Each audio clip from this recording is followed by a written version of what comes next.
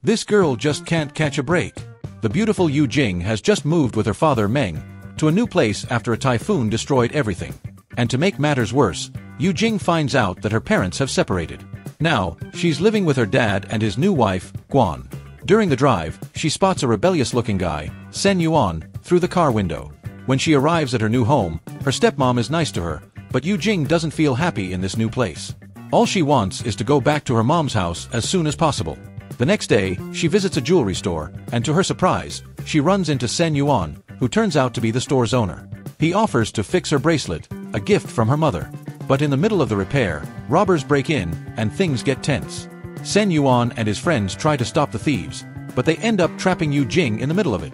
With a lot of courage, Yu Jing grabs a pen from the store and leaves a note, saying she'll return it if they fix her bracelet before she leaves town. When she gets home, she finds out that her mom enrolled her in a local school, and she's devastated. She feels rejected, like her mom doesn't want her around anymore. On her first day of school, she meets her new teacher, Lu, and some classmates, including Sen Yuan and a boy named Wang. A classmate warns her that Sen Yuan isn't good company, but instead of staying away, Yu Jing becomes even more curious about him. Soon, she finds herself arguing with her dad over the phone at school. And when she witnesses an injustice between two girls, she steps in to defend Su Rujin. This act helps her make a new friend. The next day, she returns the pen to Sen Yuan and gives him a new pencil sharpener since his was old. This kind gesture brings them closer. Meanwhile, Yu Jing is stuck at home with her half-brother, Fu, who's too busy with work to even notice her. One day, Yu Jing runs into Sen Yuan taking his cat to the vet, and he invites her over to his place. There, he hands her the now-fixed bracelet. During their visit, Ji Yang and he show up and invite Yu Jing to grab a bite. After a few laughs, Sen Yuan ends up paying the shop's rent, but the financial situation is still tough. Yu Jing returns home and decides to sell some of her clothes to help out. The next day, she comes up with a brilliant idea. Why not turn the jewelry shop into a place where customers can create their own jewelry? That might help with the rent. They quickly get to work on the shop's reopening. When the big day arrives, the place is packed with customers. But there's a small issue. Sen Yuan doesn't want to sell one of his pieces, which causes a minor argument. In the end, they make some profit, but a lot of customers leave dissatisfied, which discourages the team.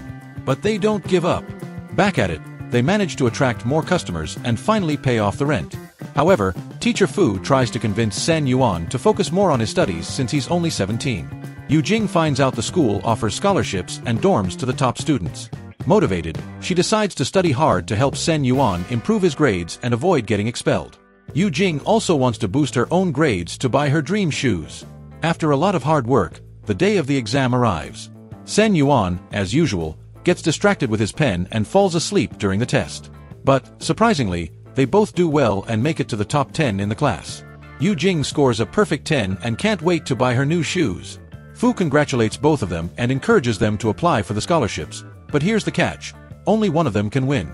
Sen Yuan, showing his generous character, decides to give up the scholarship, making Yu Jing the winner. Without hesitation, she rushes to apply for a dorm and move out to become independent. But as she does, she realizes she needs her parents' signatures. First, she tries her half-brother, who refuses to help. Then, she asks Sen Yuan, but he also says no. The twist comes when Sen Yuan's best friend, Lu, who just arrived in town, hands her a flyer for a school offering free housing, without needing anyone's permission. Sen Yuan and Yi Yang set out to find Yu Jing. When they find her, Sen Yuan tries to protect Yu Jing, but Lu challenges him to a school sports tournament. And guess what? Sen Yuan accepts right away. Yu Jing feels overwhelmed and confesses to Sen Yuan that she can't bear living with her father anymore. Always thoughtful, he urges her to think carefully before making such a big decision. Soon, the big day of the competition arrives. On the track, Yi falls, and Sen Yuan, who's behind, gives it everything he's got. He races with all his might and beats Lu Yao by inches. This victory inspires Yu Jing to stay at the school. Sen Yuan is so happy that he asks her never to leave him. With newfound courage, Yu Jing packs her things and says goodbye to her home. Ming, her friend, doesn't seem too convinced. When she arrives at her new dorm room, she finds out she'll have 3 roommates, Rue Ji, Gu Xia, and Shi Qi, but her joy is short-lived when her half-brother calls with news that changes everything. Her father has returned. A heated argument between father and daughter follows. Wei, her dad, gets angry and lashes out at her, forbidding her from leaving. That's when Ming steps in, defending Yu Jing and helping her escape the house for good. On the way, Yu Jing meets Sen Yuan, who stays by her side all night and accompanies her to her new dorm. The next day, the group decides to have fun at a small farm. The laughter returns, but Ming reveals to Sen Yuan that Yu Jing suffered at the hands of her father. She thanks Sen Yuan for looking after her sister. As night falls, they play Truth or Dare, and in a special moment, Sen Yuan takes Yu Jing to a lit-up field where she opens up about her family and asks him to share a secret too. The following day, Sen Yuan introduces Yu Jing to his uncle in the hospital. He's been in a coma for years, which is why Sen Yuan runs the jewelry store and looks after him. When they return home, the girls put on a bit of a show to convince Yu Jing's father to let her move out for good. At the dorm, Gu Xia gives everyone gifts. But when Yu Jing sees the tag, she realizes everything is from China. Gu Xia feels embarrassed and runs out. Minutes later, Yu Jing finds her crying on the phone and chooses to ignore what she overheard, bringing Gu Xia back to the dorm. Gu Xia isn't convinced and makes Yu Jing promise not to tell anyone. Later, a mysterious man enters the jewelry store. Sen Yuan doesn't hesitate to throw him out. Switching gears, the group gets excited about Sen Yuan's surprise birthday party. Everyone knows what they'll gift him, except for Yu Jing. But her luck changes when Ru comes up with an incredible idea. Yu Jing starts working on the surprise and watches old videos of Sen Yuan with his uncle. The next day, the group heads to the amusement park and competes in several attractions. That night, the birthday party is in full swing, but an emergency arises. Xing He needs surgery. Sen Yuan and Yu Jing rush to the hospital, filled with anxiety. But the good news arrives the next morning: his uncle survived. However, he'll need to stay a few more days in the hospital. And as if that wasn't enough, everyone needs to start studying for the upcoming exams. Jiang runs the jewelry store, Yu Jing helps with studying, and Song Nen brings food to the hospital every day. Xing He's birthday comes, and Sen Yuan creates a beautiful silver piece in the shape of angel wings. Since his uncle is doing better, Sen Yuan invites Yu Jing to a fair packed with fun attractions. And, as usual, he wins a stuffed bear for her. Fuyang announces there will be a parent-teacher meeting, and Yu Jing starts to worry. She asks Ming to pretend to be her dad, but who shows up instead? Her mother, Lin Shi. After the meeting, Lin approaches Yu Jing and congratulates her on her grades, but Yu Jing is still hurt from being left behind. Things get worse when Lin says she's temporarily moving into Yu Jing's house. This infuriates Yu Jing. One afternoon, she asks her mom if the reason she left her in the city was financial trouble, but Lin refuses to answer. Filled with anger, Yu Jing accuses her mother of not wanting her and storms out of the jewelry store. Sen Yuan invites her to spend New Year's together. On the big day, they go to the wishing tree, write down their dreams, and hang them up for good luck. Sen Yuan asks if they can study at the same university, and Yu Jing smiles and agrees. On New Year's Eve, Yu Jing attends a party with her mother and friends. But before midnight, she sneaks out and meets up with Sen Yuan. Just a few minutes later, Lin Shi spots her daughter talking to Sen Yuan and hastily decides to move back to her hometown, taking Yu Jing with her. Panicking, Yu Jing rushes to her father's house and begs him to let her stay in the city. But he refuses, reminding her that she was the one who wanted to leave in the first place, right? The next day, Yu Jing shows up to class, visibly upset, as Fu Yang informs her that her mother had spoken to him and confirmed that after the final exams, they would indeed be moving back to their hometown. Life's not always fair, but what would be fair is for you to subscribe to the channel if you haven't already and, of course, turn on notifications. The day after the exams, Ji Yang and Li Lin realize that both Yu Jing and Sen Yuan didn't pass. To make matters worse, on the same day, our protagonist says goodbye to her friends. Sen Yuan was at the hospital at the time, and when he finds out what happened, he races to the airport, but sadly, it's already too late. The bad news keeps coming.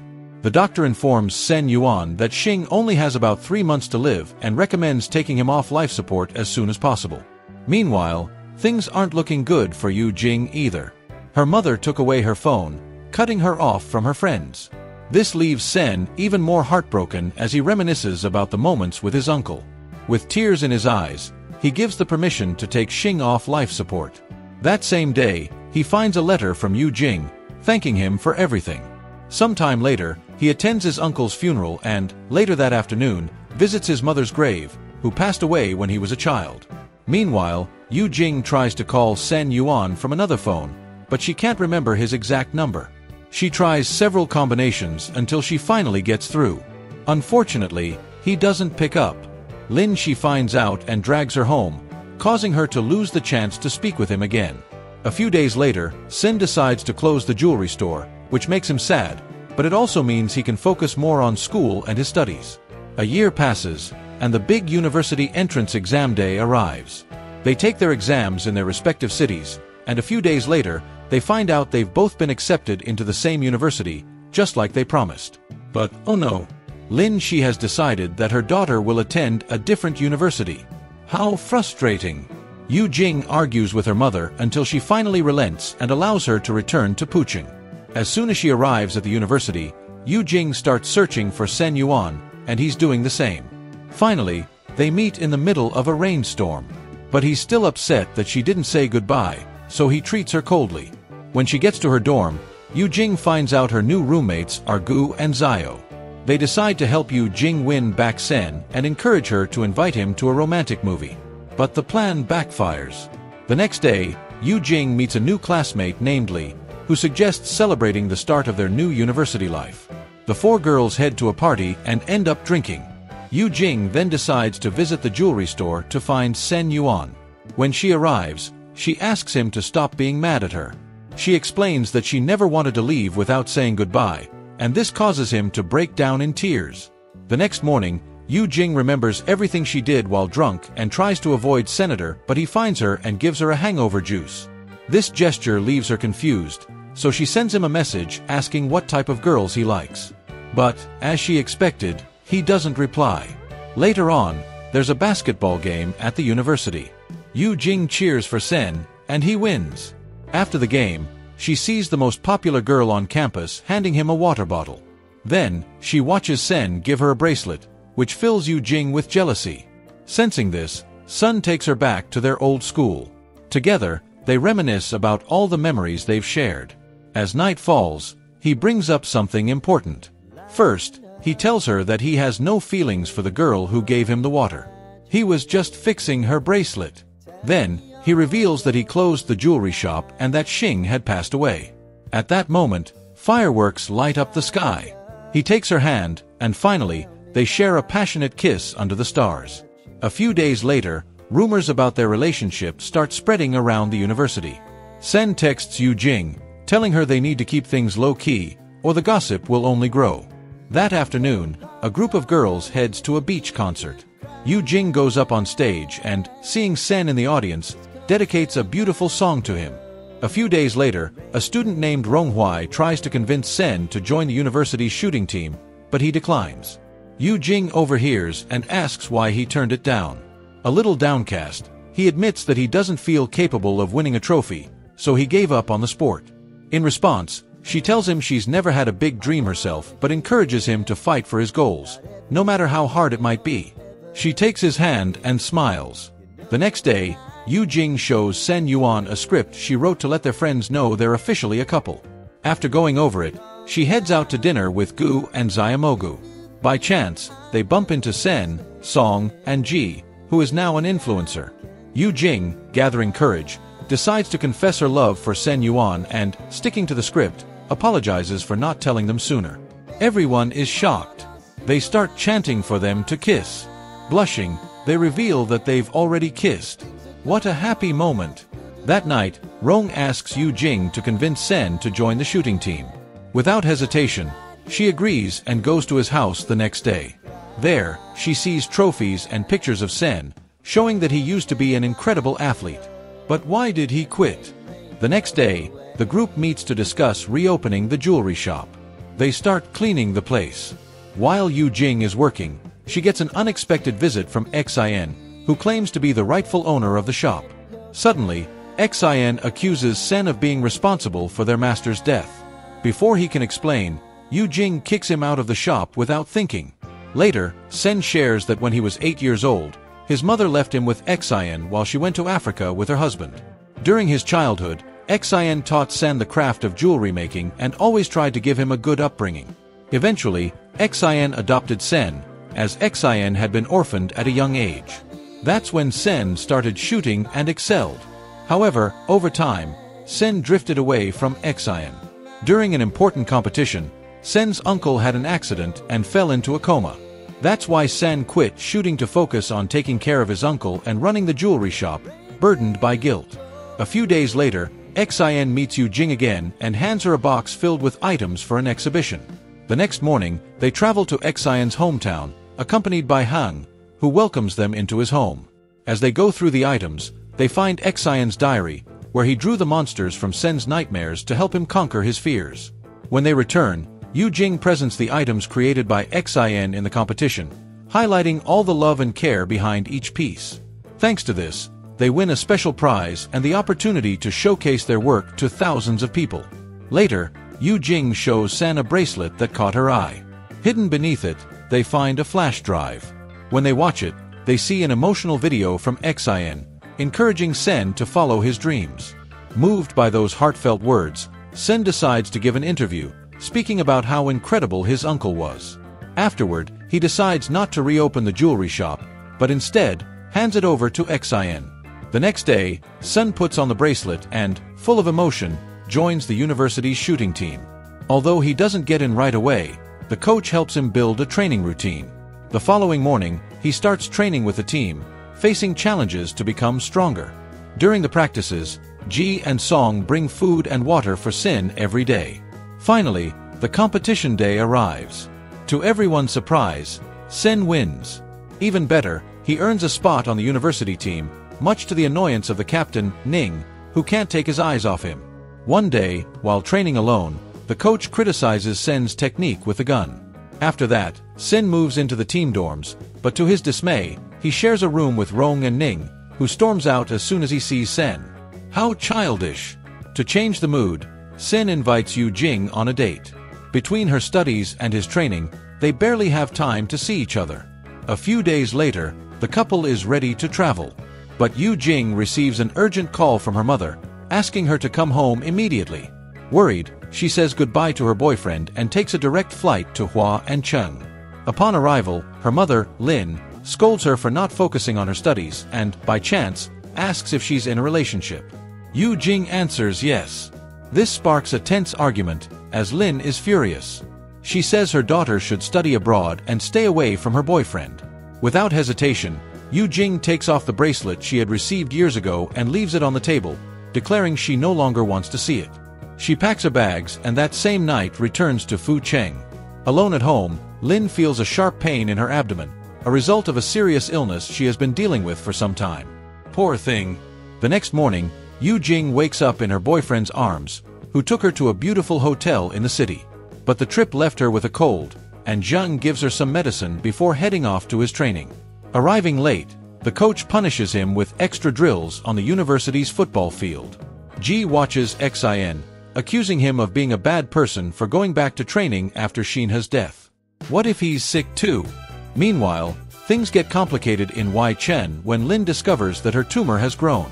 She needs surgery or risks losing her life. At the same time, Zhang, Rong, and Ning face off against students from another university in a shooting competition. They give it their all but end up losing. The next morning, Yu Jing asks her father to help find a good surgeon for Lin. He hesitates but eventually asks Shang to search for a doctor's contact. She agrees without any problems. In the meantime, Sa and Yu continue working hard. Sa trains a lot, and Yu goes to the doctor. By the evening, they manage to talk on the phone for a few seconds. After their chat, Sen Yuan calls Mingu, worried about his girlfriend. Nervous, Mingu accidentally reveals Lin's illness. Lin's mother finds out that her daughter had asked Guegua for help and changes her mind, refusing to let her daughter go through with the surgery. Yu is devastated and rushes into Sa's arms when he visits that day. That night, he enters Lin's room without hesitation. At first, it's difficult, but then he expresses how much he loves her daughter and how she's helped him through hard times. They sit on a bench outside the hospital and talk. Lin takes Sa's hand and promises never to leave. In response, Sen Yuan promises they will face everything together as a real couple. The next morning, Sen Yuan trains early and keeps going until nightfall. All that effort pays off. He moves up from 10th to 5th place on the team. What a joy! That same afternoon, Ruji and Guzha visit Lin at the hospital and discover that her mother has finally decided to have the surgery. On the day of the operation, the third edition of the National University Games takes place, the event Sen Yuan has been training so hard for. Yang, Sun Nan, and Ruji head to the competition while Yu follows everything on her phone, waiting for news about her mother's surgery. Sen Yuan and his team face their opponents and win most of the rounds. After minutes of tension, he secures third place in the competition. On the other hand, the doctor informs Yu that her mother survived. Hopefully, her bad attitude left along with the tumor. Meanwhile, Minggu and Guja, who are also developing their own romantic story, met while working together. Yu promises to help Guja win over Minggu.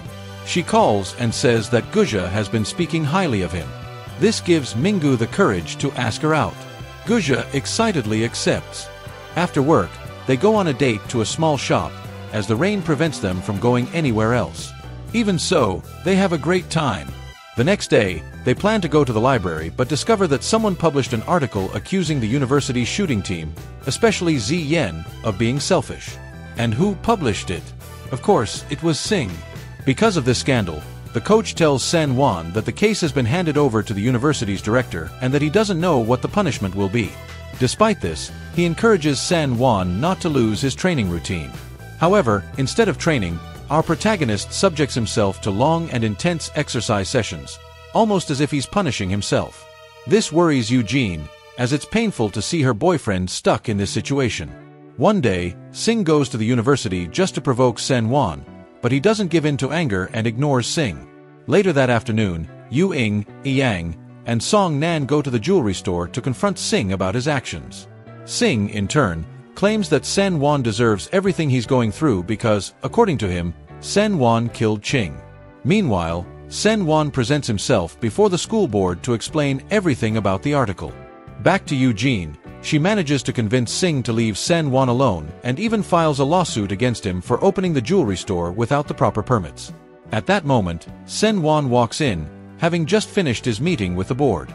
He tells Sing that he hopes they can both follow their dreams and become better people, encouraging Sing to stay on the right path. Meanwhile, Lin is discharged from the hospital and returns home. There, she finally admits that she had been wrong all along and acknowledges that San Juan is a good person. She apologizes for everything she's done. Thankfully, the surgery was a success.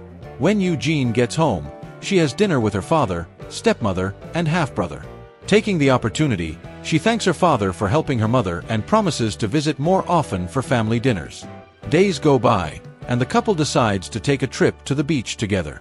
Unfortunately, when they arrive at the hotel, they find out all the suites are booked. So, they end up camping right by the beach, having a great time and enjoying the sunny weather. The next morning, they watch the beautiful sunrise. Suddenly, Eugene confesses that she feels a bit lost about her future since her mother always made decisions for her. In response, San Juan wraps his arm around her and tells her that no matter what happens, he will always be by her side to support her. That same afternoon, they visit a jewelry store together. San Juan and Eugene share a special moment. Together, they craft a beautiful silver dove with open wings. As he finishes the piece, San Juan gets a call from his coach with great news. The school has decided that he can continue studying and stay on the team. The young man is overjoyed. The next day, San Juan returns to training. But before that, he takes the silver dove and attaches it to his gun, hoping for good luck. Everything seems perfect, until Feng, an old friend of Chinj, shows up. He makes a tempting offer. He wants San Juan to join a jewelry company to showcase his uncle's works to the world. What an amazing opportunity, right? But San Juan declines. To him, Chinj's works are special and should remain that way. This angers Feng. He decides to go with his backup plan, accusing Zi Yan and Chinj of plagiarism. After this meeting, Sing is forced to close his shop and return the money to dissatisfied customers. The landlord threatens to evict him if he doesn't pay the rent. Meanwhile, the couple meets with Miao, who says that the only way to win the lawsuit is to prove that the design truly belongs to Chinj. So, the friends begin researching websites and forums. And wouldn't you know it, San Juan finds a photo of the house where his uncle used to live. They decide to go there, but soon receive a call from Sing. He claims to have information proving the authenticity of the piece. San Juan rushes to the jewelry store and takes photos of important documents. With this evidence, they hand everything over to Miao, who starts preparing a countersuit. And in just a few days, the couple wins the case. Sen Wan goes to the jewelry store and tells Sing that his uncle always wanted him to inherit the business. This motivates Sing to keep working there. But Sen Wan feels sad about leaving the store in someone else's hands. However, since Chinj always wanted them to reconcile, he decides to relax and is willing to forgive Sing in the future. Sing starts packing up his things. He's decided to leave the jewelry store, but don't worry, it's only temporary. He wants to improve his skills and plans to return when he feels ready. He then meets Eugene at a restaurant and gives her an old lamp created by Chinj, asking her to take care of it until he returns. Before leaving, he apologizes for everything. Switching scenes, Eugene considers applying to a financial innovation program, offered only to top students. To qualify, she needs to pass an exam and dedicates herself to studying every day. Meanwhile, Sen Wan informs Zi Yen that after graduation, he plans to leave sports shooting to pursue graduate studies. He's sad about leaving the team but wants Zi Yen to become the new captain. Before that, he needs to train him to ensure Zi Yen leads the team to victory. The next morning, Sen Wan takes Eugene to a dark room in the library. There, they listen to the sound of whales and watch a projection of a whale swimming freely in the ocean. In this magical setting, he gives her a box with a beautiful silver whale necklace. He tells her that she is strong and brave, just like this majestic sea creature. He promises to support her in everything. After reflecting all night, Eugene decides to change careers.